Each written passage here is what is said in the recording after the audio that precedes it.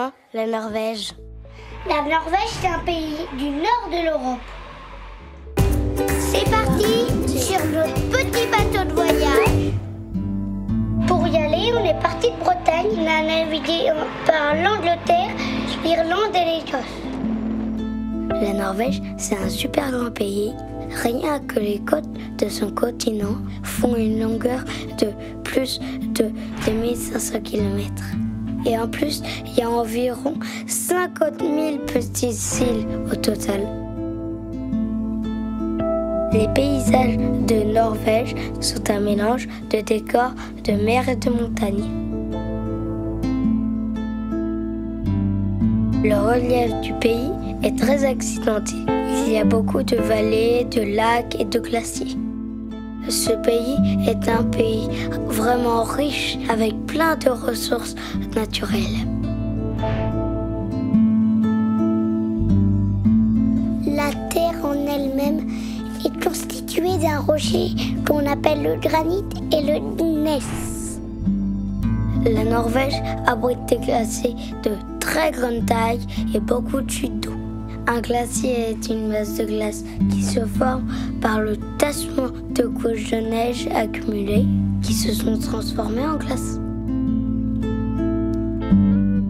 Pour explorer les glaciers, on s'est équipé d'un baudrier. C'est un harnais pour s'accrocher avec une corde pour ne pas risquer de tomber au fond d'une crevasse. Les crevasses sont les failles très profondes dans un glacier qui se forment à cause des mouvements du terrain qui obligent le glacier à se déformer.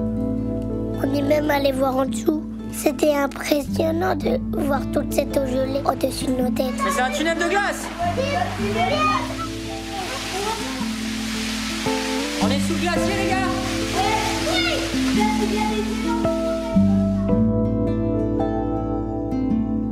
La Norvège compte plusieurs centaines de fjords sur ses côtes.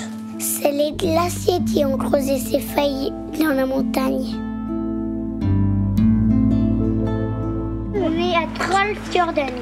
Trollfjorden, c'est un fjord très escarpé où les montagnes tombent dans la mer.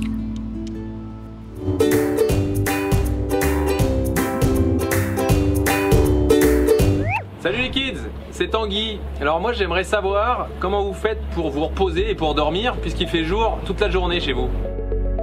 Salut Tanguy! La Norvège est parfois surnommée pays du soleil de minuit.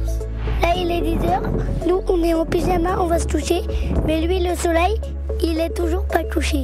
Tout ça, c'est à cause de notre position sur la planète et de la période. Car une partie du pays se trouve en effet au nord du cercle polaire arctique. Là, le soleil ne se couche jamais en été. On appelle ça les nuits blanches. On reçoit les rayons du soleil et sa lumière presque pendant 24 heures.